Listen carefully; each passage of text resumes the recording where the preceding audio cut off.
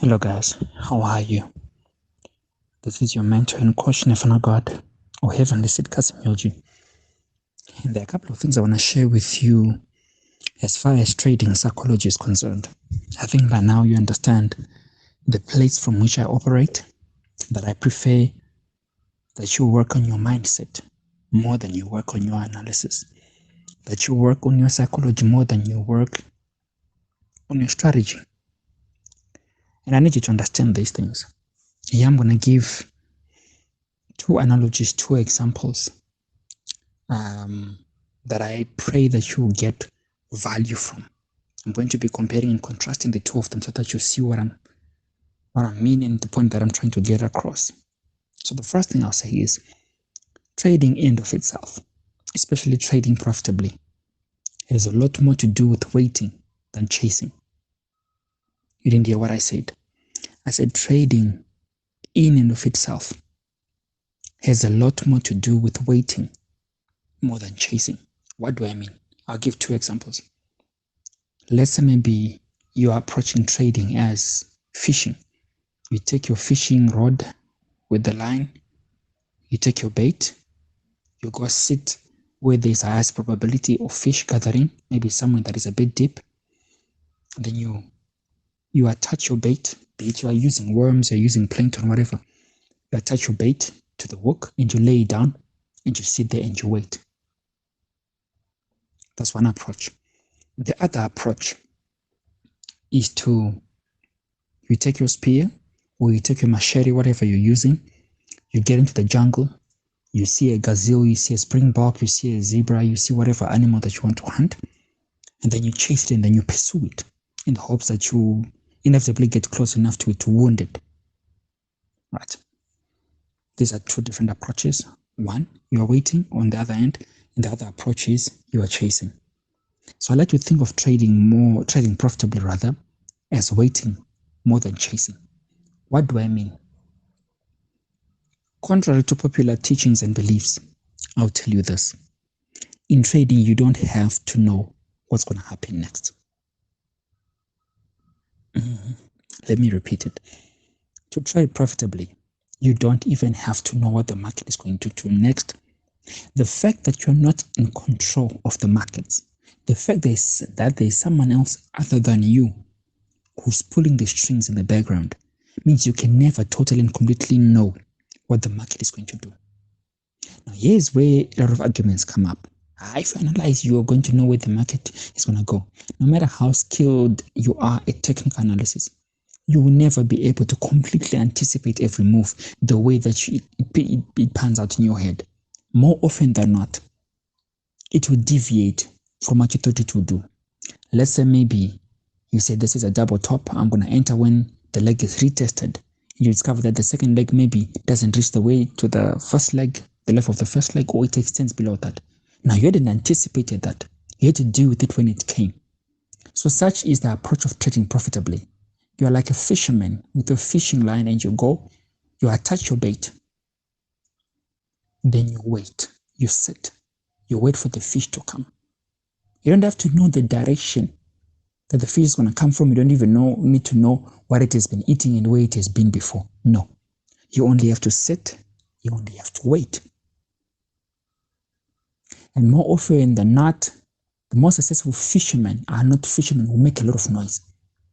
They are those ones who are quietly sitting. I've always said that patience is the ability to keep a good attitude while you're waiting. So you wait for the market to come to you. You wait for the market to come in range of your system, of your strategy, of your approach. Then you put the trigger. Now, here's where it gets very funny. I'll give myself as an example because I'm the trader I know the most, right? I'll wait for my zones to be met. I'll wait for my God bond to get overbought, oversold. I'll wait. If it's not there, I'm not entering. So I wait.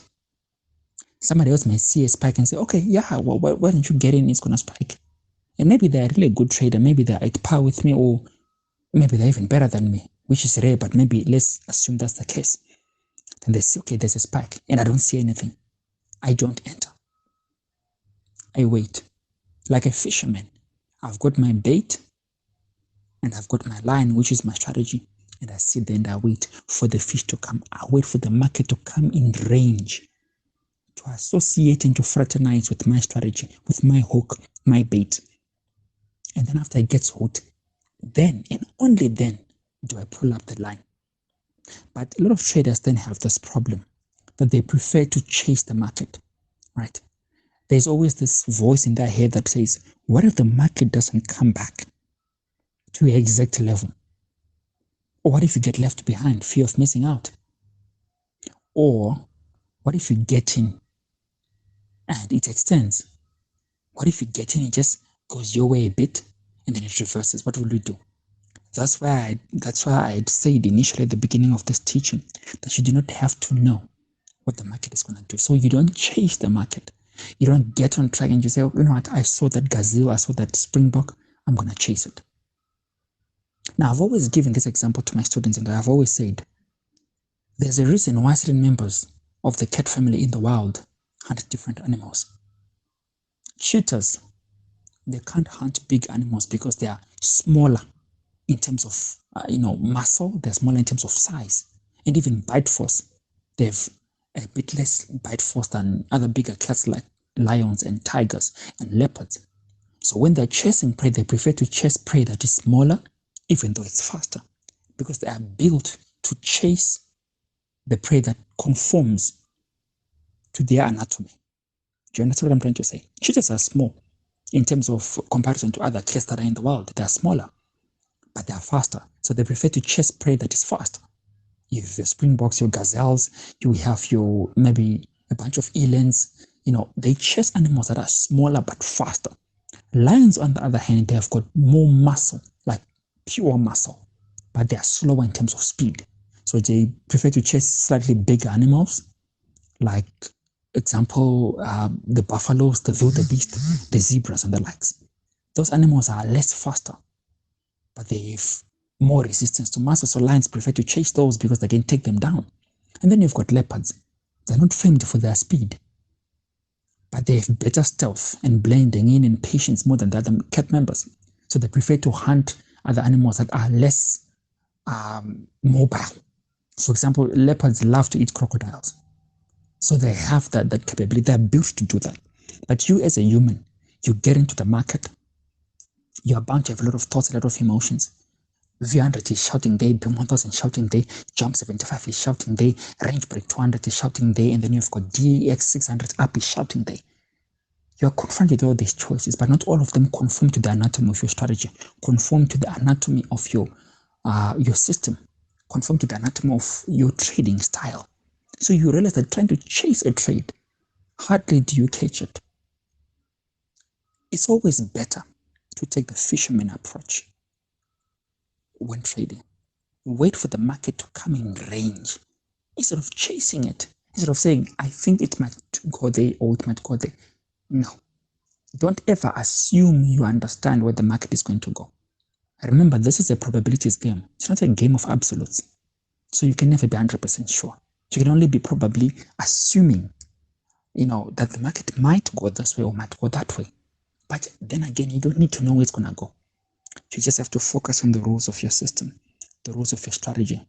Like a fisherman, you sit on your stool, you've got your bucket that you're going to put your fish in, you've got a little container that you've put your bait, and you lay down your line and you sit there quietly until the market, i.e. the fish, comes in range.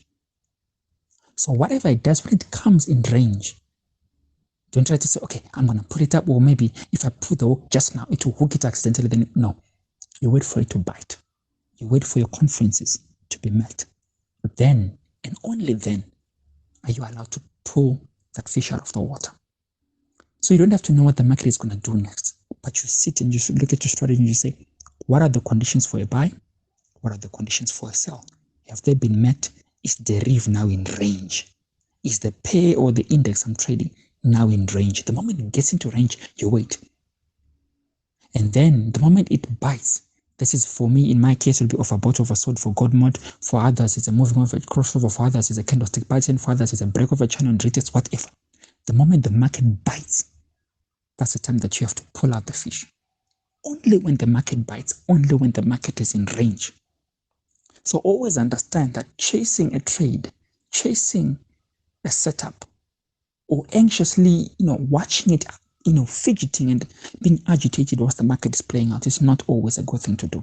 Don't get your machete, go into the water and chase a springbok. You will never be fast enough to catch it. At the same time, don't go straight for a rhino. It's too armored for you. You can't take it down. Go for those setups that are built and customized towards your strategy, around your strategy rather. So if you're a scalper, don't go for slow moving pairs or less volatile pairs, for example, V25. Just want to scalp, let's say maybe you want to scalp $1 with the smallest lot size, you probably take a bit of time before you get there. You want to pick your instruments according to your trading style, according to your strategy. And then again, you're not going to chase it. Like a fisherman, you're going to stand. You're going to sit rather. You take your bait out. You wait for it to come in range. You wait for the market to validate what you know, to validate what you're going to use, to validate your method, your approach, your strategy. You wait for the market to come and bite. Then you pull out. It's like for me, I can have a person say, sell crash 500. And even though I know that person may be a good trader, a wonderful trader, even better than me, if the market is not in range of my God mode, I don't enter. Not because the next person is not good. No. By that, I have understood that the market would have come in range of their fishing line and they would have beaten their bait but not mine. As much as I respect what they can see, but what they can see and what I want to see are different. So learn to wait for the market to come in range. For those who have ever gone fishing, you know that once you put your line in the water, don't move your rod randomly about. Fish are scared away by a lot of noise and a lot of movement. So you sit there quietly. You keep a good attitude and you wait for the market. For me, I'm a scalper and not a trader, so I wait. I get opportunities maybe every 15 or 30 minutes maximum. I just sit there and I wait. So learn to wait patiently, quietly, for the market to come in range, for the market to validate what you know. As long as the market is not within the range of what you want to see, what you want to experience, what you want to be validated, as long as the market is not triggered, your checklist, your confluences, like a fisherman waits there. There'll be days when you as a fisherman will sit there for 2 or 3 hours and you won't be able to catch any fish. They're there, but maybe they're just not biting the bait, or i.e. the market is not validating your setups. Sometimes there's a day then the market will buy the setups, but when you're pulling out that string out of the water, it snaps, or the fish wriggles out of it, and then it goes back. There'll be days when your strategy will be validated, but the market hits your stop loss. But you don't quit. You wait for the next setup. Because the previous setup that you took, the setup you're in now, and the setup you take later have nothing in common in terms of possibility of outcome. They are completely and totally independent of each other. Doesn't mean if you did well on the previous trade, you're going to do well on this one. Doesn't mean if you did well on the previous 2 trades, the previous one and this one, you're going to do well on the next one. So you don't have to know what the market is going to do next. You only have to wait for the market to come in range. Don't chase it. Don't attack it. Wait for it to come in range. When it does, wait for it to bite the hook, i.e. wait for it to validate your confluences, and then you strike. It's better for the market to leave without you than for you to get in where your confluences are not validated. It's better for the market to run away from you and you sit for 2 or 3 hours and doesn't give you anything you want to see and you go back home hungry and empty-handed than for you to chase it with a machete. You chase a gazelle that is too fast for you, or you chase a rhino that is too armored for you. Wait like a fisherman.